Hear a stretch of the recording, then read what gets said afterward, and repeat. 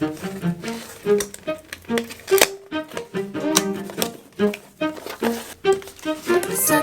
sunscreen, strawberry, ice cream, midsummer's daydream, sipping in between long days, warm nights, gliding like light kites, sapphire, clear skies, whipped cream, cherry pies. Ooh, every year right around June 21st, yeah. Ooh, I slip in my swimsuit, diving head first. Everything's coming up, roses, peachy. I feel like the world is finally swaying in the sunshine. Oh my, it's looking so fine, divine. Fields of lavender, Provence weather, evening walks, the fireflies with the twinkling of secrets, whispering sprinklers, bare feet, fingers running through vineyards. Ooh, every year right around June 21st, yeah. Ooh, I slip in my swimsuit, diving head first. Everything's coming up, roses, peachy. I feel like the world is finally swaying in the sunshine. Oh my, it's looking so fine, divine. Linen dresses, straw masses, blowing hair through the wind as we're spinning watercolor. Hey everyone, welcome back to my channel. But if it's your first time to come here on this channel, I encourage you to click the subscribe button down below, and of course, huwag mo na rin kalimutan na i-click yung tiny bell button for you to be notified every time that I upload a video here on this channel. So today guys, ay sasagutin ko na po yung ibang katanungan sa mga PM, DMs, and sa mga comments kung paano po ba kumuha ng driver's license dito. Kasi parang yung na-discuss ko lang is yung car insurance, ganyan. Pero parang hindi ko pa na-discuss kung ano yung mga kailangan yung i-prepare para magkaroon kayo ng driver's license. And i-share ko na rin yung tips paano kayo makapasa sa knowledge test right away, and tips para makapasa sa road test right away. So, if you want to know this stuff, please keep on watching. So, I have my notes here and tinitingnan ko lang kung ano ba yung mga nalista ko na mga documents na kailangan or required na ipakita kapag kukuha kayo ng driver's license nyo. First one here is SSN. For you nurses who are coming here together with your dependent, of course, magkakaroon kayo ng SSN. And kahit yung mga H1B, magkakaroon din naman kayo ng SSN, Social Security Number, which is parang yun yung state ID number nyo. Parang yun na yung lahat ng gagamitin nyo, pati mga credit card, bank accounts, lahat yan. Your SSN is very important, so don't just give it to anybody else. Huwag nyong ibigay ng ano kasi pwede yan na magkaroon ng identity theft. So, your SSN is very important. Usually, ang SSN, dumarating siya 1 week to like 3 months, I think, pagdating mo ng US. So, sa akin, after 6 days from my date of arrival, nakuha ko na yung SSN ko. Si Mac, parang nakuha lang niya yung SSN niya after a month or something. Kasi parang nagkaroon kami dun ng mga problema sa SSN. Nawala yung SSN card niya. Parang, basta something like that. So, if you wanna know yung mga tips kung paano nyo mapabilis yung SSN, let me know if you want to know about that in the comment section down below. Pero sa ibang usapan na lang natin yun. So, kailangan nyo ng SSN. Sa mga magtutourist naman dito, guys, pwede kayong kumuha ng driver's license nyo. You can actually drive 1 to 3 months. Depende kung saang state kayo mapupunta. So, if you wanna drive using your driver's license from the Philippines, not the international driver's license, but your license from the Philippines, i-search nyo sa state na pupuntahan nyo kung gaano katagal yung pwede nyong paggamit sa driver's license ninyo.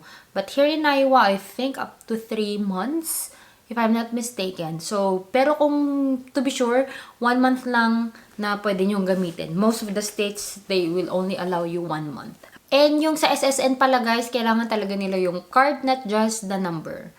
Next naman guys is proof of address. So, for the proof of address, meron tayong iba't ibang klase ng proof of address. Number 1, pwedeng yung lease contract ninyo. So, if you're already leasing a property or your apartment, meron kayong kontrata doon, pwede nyo yung i-present kasi merong nakalagay doon na pangalan nyo tsaka address nyo. Kasi ang importante lang naman dito sa proof of address is may full name kayo and meron kayong address. So, number 1 yung rental agreement or yung lease agreement. Kung kagaya naman kayo sa amin na sa Tennessee, kasi ako nung una guys, so ibig sabihin talaga hindi pa ako nagre-rent ng apartment ko. Ang ginawa ng agency namin, nagbigay sila sa amin ng certificate of employment. Pangalawa is letter from the bank yung binigay sa amin. Nung pagkabigay ng certificate of employment namin, within the day, nag-open din kami ng bank account namin and sa bangko, binigyan nila kami ng certificate na eto kami, pangalan namin, nakatira kami sa ganitong address, yung apartment ng agency. Tapos, that day din, nag-apply na kami for our driver's license. So, ganun kabilis guys yung ano namin. Kasi meron kaming proof of address. Para sa mga dependents na, kunyari, iniwan lang kayo sa isang state, iniwan kayo sa Texas, tapos yung pupuntahan ng asawa ninyo is Florida or Tennessee. Yung naiwan sa Texas, syempre wala siyang proof of address, wala naman siyang work pa dito, hindi rin naman siya mag-open ng bank account doon. So, antayin nyo na lang na ma-deploy talaga kayo dito sa state na pupuntahan nyo. Gamitin nyo muna yung driver's license nyo from the Philippines. That's why I'm always reiterating guys na sana before kayo magpunta dito, may driver's license na kayo.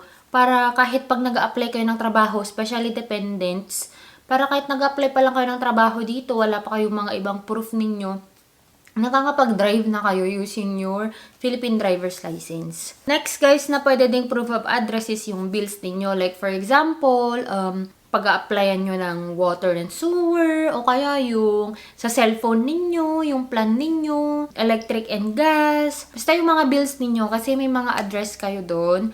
At saka, meron kayong pangalan. Kung wala kayong mga ganon, kunyari hindi sa inyo nakapangalan, kunyari nakatira lang kayo sa kamag-anak nyo, nakatira kayo, tapos wala kayong pangalan, pero may bangko na kayo, pwedeng yung check, magpagawa kayo ng cheque sa kanila, mag-order kayo ng check booklet, yung cheque na yon meron pangalan tsaka address, so dun, pwede nyo siyang gamitin dun.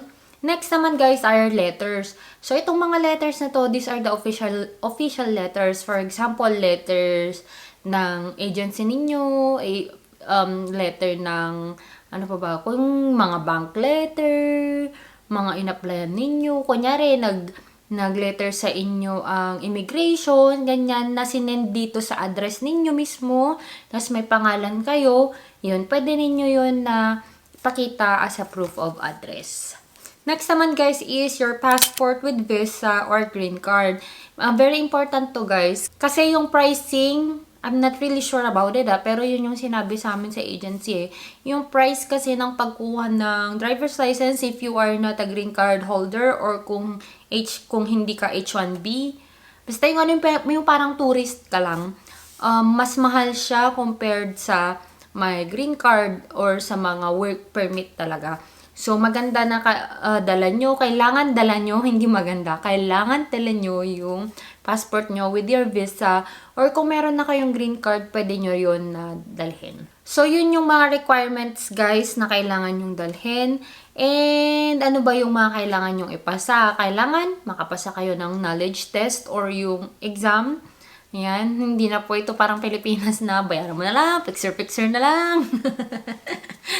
Kailangan maipasa mo muna yung knowledge test. Kasi kung hindi mo maipasa yung knowledge test, hindi ka makakapag-road test. Ang knowledge test, guys, iba-iba pong items per state. Parang nung nasa Tennessee kami, parang ang maximum yata is 30 na questions. Dapat maipasa mo ng 24 questions. Pag naipasa mo na yung knowledge test, ayan na, pwede ka nang mag-road test. So, mayroon kang dalawang choice kung kailan ka pwede mag-road test. Pwede ka mag-road test right away kung yung DMV na pupuntahan ninyo is nagkikater sila ng road test right away. Meron naman yung ibang DMV, kailangan magpa-schedule ka pa muna ng iba na naman, like for example, nagpa-appointment ka for your knowledge test today, tapos iba na naman yung appointment for your road test. May mga ganong DMV. Here in our town, ang DMV dito guys, kailangan magpa-book ka muna, appointment ka ng knowledge test, tapos they can do it right away naman yung road test kung nakapasa ka. Ang problema lang kasi hindi siya everyday na merong siyang knowledge test and road test. So, kailangan talaga magpa-appointment kayo. You can just call. Very easy dito guys magpa-appointment. Call ka lang, I'll be here sa ganitong oras. O kaya, sasabihin nila kung ano yung oras na available slot. So, yun, very important yun.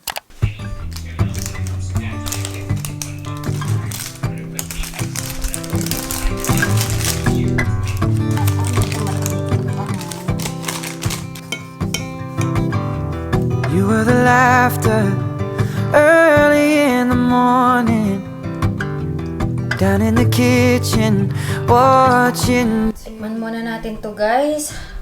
Kasi naalala ko, hindi pa pala ako nag-breakfast, hindi pa ako nag-lunch. Now it's been so long since I've heard you sing. I looked up to Natutuwa naman ako. Hindi na tuloy siya lasang banana. Parang chocolate na may banana. the madness of New York City. Good siya. I'm back. Ayan, sorry. Natapos na kasi yung binibake ko and tinikman ko muna siya. Di pa kasi ako nag-lunch tsaka nag-breakfast. Anong oras na? Ayan, so tips for your knowledge test and road test. Ayan. Sa knowledge test muna tayo. Paano nyo ba mapapasa right away yung knowledge test? Sa totoo lang guys, medyo mahirap yung knowledge test because you need to memorize a lot of stuff. Para kang mag-NCLEX. Tapos yung kaba namin, mas pressured pa kami sa knowledge test namin nun guys kaysa sa mga online classes namin nung nasa Tennessee kami. Review kami ng review. Kasi ang dami mong i-memorize. Ang mahirap kasi dyan, yung question kasi is anything under the sun. Pero, meron naman silang manual. So, unang tip ko sa inyo guys is, while you are still there in the Philippines, you download the manual of the state na ini-intend nyo na kung saan kayo kukuha ng driver's license. So, for example, for GHP nurses, you will go to Tennessee. I-download nyo yung DMV manual. Sinisend naman yun ng mga admin assistant. Kaso, nung time ko kasi guys, I don't have time to study anymore kasi madami pa akong ini-study na ibang document na sinend ng agency. And of course, syempre, spend time with family, ganyan, naaris ka na. So, kung may time kayo sa Philippines pa lang, especially if you don't have driver's license yet in the Philippines, study nyo na yung DMV manual. Kasi ang kailangan nyong i-memorize dyan is DUI or yung driving under the influence. Anong level ng alcohol, magkano yung babayaran mo, ilang months yung suspension ng driver's license mo. Yun yung mga very important guys na kapag lumabas, malas mo kung hindi mo memorize kung ilang percentage ng alcohol yung magkakaroon ka ng ganitong months of suspension or revocation. Ganyan. So, kailangan talaga mas maganda kung alam nyo talaga kung ano yung mga yun. Especially talaga driving under the influence. Meron yung isang question is, kapag nag-start na daw ang ulan, anong oras pinakadelikado mag-drive? O, diba? Yun yung medyo mahirap, guys. Kasi kung minsan, di ba sa atin kasi sa Pilipinas, sanay naman tayo na umuulan yung bansa natin. Actually, personally, hindi ko alam yun. Dito, sa manual ko lang nalaman na, oo nga, delikado pala pag ganitong oras. Kapag nag-start yung ulan, after 30 minutes or first 30 minutes, mas delikado pala siya, mga ganyan. Ayun, so I suggest you study your DMV manual while you are still there in the Philippines para pagdating nyo dito, hindi na siya yung isa pang iniisip nyo guys talaga pagdating nyo dito. Iba talaga, ang dami nyong iisipin. Kasi iisipin mo, maghanap ka ng apartment, maghanap ka ng sasakyan, tapos hindi mo pa mapasa-pasa yung knowledge test. Sobrang, siya pang dagdag talaga sa iisipin mo. So, kung ako sa inyo, kung ano yung mga pwede nyo nang gawin sa Philippines, na mabawasan yung mga iniisip nyo pagdating nyo ng US, do it. Kasi iba talaga yung stress levels dito. Tsaka yung pressure talaga. Iba na talaga siya kapag mag-start ka ng work and you don't have your family members. O kaya, kasama mo ba yung anak mo? Kasama mo yung asawa mo? Dalawa kayong nag-iisip ng gagawin yung ganito. Tapos may anak pa kayo na i-enroll sa school. Mga ganyan. Medyo mahirap siya. Another tip for your knowledge test, guys, is memorize nyo yung mga signages. Like for example, interstate sign, highway sign, mga speed limits sa interstate at saka sa highway kasi magkaiba yung interstate tsaka sa highway. And another tip para, kunyari, kagaya ko kayo na tamad mag-aral. Kaysa nasa Tennessee kasi ako, tulog lang ako ng tulog. Sabi nga ng mga kasama ko, bakit ko daw ako nakakapasa sa mga test. Tulog lang naman ako ng tulog. Ayan. Hindi, nagre-review ako pag tulog na sila. Char. Pag kunyari, kagaya ko kayo, natamad kayo mag-aral, yung magbabasa mismo ng manual or yung dinadownload nyo sa phone, go to YouTube, tapos may mga question and answer doon. I-search nyo, kunyari, Iowa kayo or Tennessee kayo. Sige, sabihin na lang natin, Tennessee. Tennessee DMV test questions, ganyan. O kaya pumunta kayo sa website mismo ng DMV ninyo. Just like here in Iowa, meron silang website and nandun yung mga test questions. Basta gawin mo lang lahat yung test questions, answeran mo lang lahat yun. For sure, papasa ka niyan. Huwag ka nang magtanong na, bakit ganun? Basta memorize mo na lang yun. Memorization is the key to success. Ayan. Chill lang. Huwag masyadong mag-nervyos. Basta kung hindi nyo alam yung tanong, imagine nyo lang, kasi pag ganito siya, so yung gulong ko dapat pag ganito, para kapag umatras siya, pag ganito, ganyan. Ganon, guys. Kasi meron yung mga kailangan nyong i-imagine. Like, for example, parking on a hilly area. So, paano mo daw ipapark yung sasakyan mo, saan nakaharap yung gulong mo, ganyan, mga ganon. So, kailangan yung mag-imagine. Next naman, guys, is tips for your road test. So, again, my first tip for that is for you to practice already in the Philippines. Kasi pagdating nyo dito, guys, mahal talaga ang driving lesson. When we were in Tennessee, per 2 hours or per session ng teacher doon is $130, 2 hours yun. So, imagine mo yun, magkano? 7,000 para lang sa 2 hours. Kung binayaran mo na yung magtuturo sa'yo sa Pilipinas ng 1,000 sa 8 hours, isang araw. Pwedeng-pwede na yun. So, sa mga hindi pa po marunong mag-drive, papunta dito sa US, ang gawin nyo, magpaturo kayo sa mga kakilala nyo kung paano mag-drive. Ginagawa kasi sa sa road test is ipupunta nila kayo sa mga may neighborhood, sa may traffic lights, ganyan. Kasi iba yung speed limit kapag nasa neighborhood ka. Yung iba, may part doon na 35 lang, may part doon na 25 lang. Kasi dadaan kayo sa may school. Kaya dapat ma-practice na ng mata mo na makita yung mga signages ng speed. Ganon. Tapos, magpaturo na rin kayo kung paano mag-park. Pag sa DMV kasi, guys, nakapark kasi yung sasakyan mo, tas i-atras mo siya, ilalabas mo siya sa parking area, tsaka kayo magdadrive. So, kapag nakalabas na kayo ng DMV, yun, yung mga speed, kailangan mong pantayan. Tapos, kapag may traffic lights, tapos kapag medyo paliko na kayo, or sa amin kasi may part dun na parang paganyan, tas paganito, tas dito kami pupunta, tas pas may daan pa dito. Hindi lang yung side mirror yung tinitingnan mo. You should have shoulder check always. Ganun ka talaga. Hindi lang pwede na yung ganyan-ganyan ka lang, yung tingin-tingin lang sa side mirror, hindi. Tapos ipapark mo rin yung sasakyan mo ulit after mo ng road test na nakasakay pa rin yung nagpapa-test sa'yo. Kapag nasa DMV na kayo, tatanungin ng examiner kung ano yung sasakyan mo, ano yung tag niya or plate number niya, tapos anong kulay. Tapos pag sinabi na niya na go prepare your car, pumunta ka na sa car mo, tapos adjust mo na yung mga mirror, yung rear view mirror, side mirrors, ganun, yung upuan mo, yung talagang komportable ka na magdadrive, yung talagang driving position mo na. Ibaba mo yung bintana dito sa side mo kapag nandyan na yung examiner para marinig mo yung mga sasabihin niya. Kasi first, pupunta yan sa likod mo. Sasabihin niya, step on your brake. step mo naman yung brake mo. Tapos, sa left, tsaka sa right, yung mga signal lights, yun. Tapos, pupunta na naman siya sa harap. Same thing, ipapacheck niya yung mga signal lights, umuulan, wiper. Tapos, pag sumakay na si examiner, sasabihin niya, ilabas mo lang siya sa parking lot, tapos makinig ka talaga sa kanya, guys. Kung ano yung sasabihin niya, turn to your right. On that area, turn to left, mga ganon. Sasabihan naman nila right away if you pass or fail. Usually, kapag nakapasok na sila sa DMV, sasabihin na nila if you pass. Tapos, magbabayad ka lang ng $30-something. For me, I think, nagbayad ako ng $35.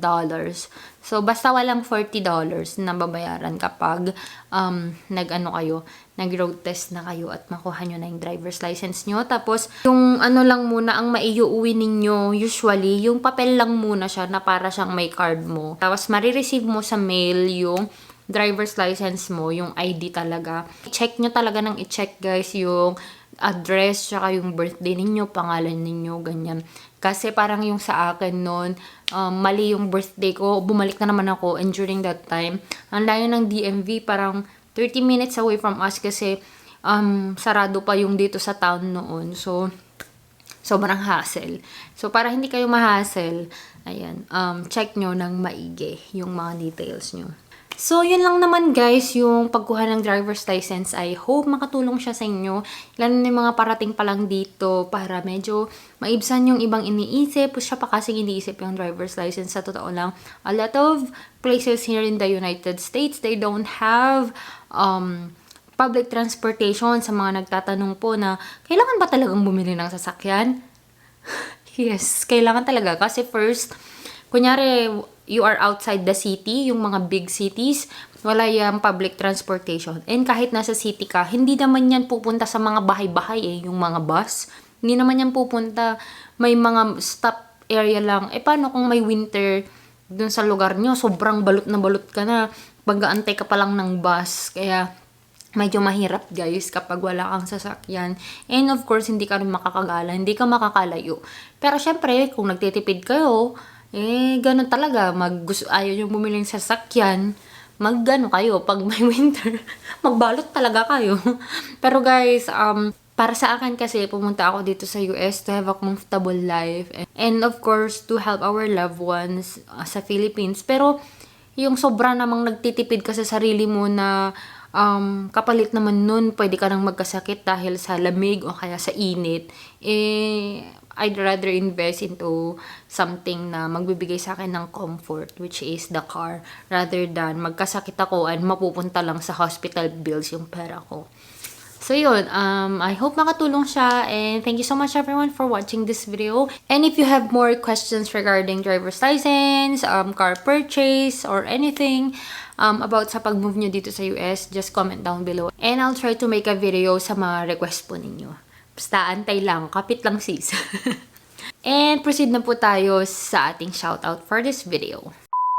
Hey everyone, thank you so much for watching this part of this vlog again. And mag-shoutout lang po muna ako sa mga nag-comment po sa aking vlog na visiting Storm Lake. Ayan, pumunta po kaming Storm Lake dahil it was our anniversary and we didn't plan anything kasi kakarating pa lang ni Mac that time. So sabi ko, gala lang tayo. So we just enjoyed the day and nag-steak afterwards. So if you wanna see that vlog, I will link it in the description box down below. And shoutout lang po muna tayo sa mga nag-comment na sila It's Me, Cherry, Ibrahim Hailil, Raymond Caberto, Ronnie Caberto, ang mga suki talaga. And kay Certified Bex Vlog. Thank you so much everyone for commenting. Itong mga to parang sila talaga yung mga suki. Ayan. So, thank you so much for always commenting. And sa mga hindi po nakakapag-comment, para po makapag-comment kayo, you just kung may Gmail kayo, you can register that as your account for your YouTube para makapag-comment po kayo and para ma-shoutout po kayo sa mga susunod na vlogs. And yun guys, thank you so much for commenting and thank you for subscribing. If you haven't subscribed to this channel yet, please do subscribe. And if you haven't followed me yet on my Instagram and on my Facebook, the name is Joy of Mia and you can message me there. You can, whatever, if you wanna talk, I'll be available most of the time. Ayan. And I'll talk to you guys on my next one. Bye! Afternoon sun starts to peek through the clouds. We take the back streets to avoid the crowds. Waltz over sidewalks and twirl in the breeze. She'll catch me if I get weak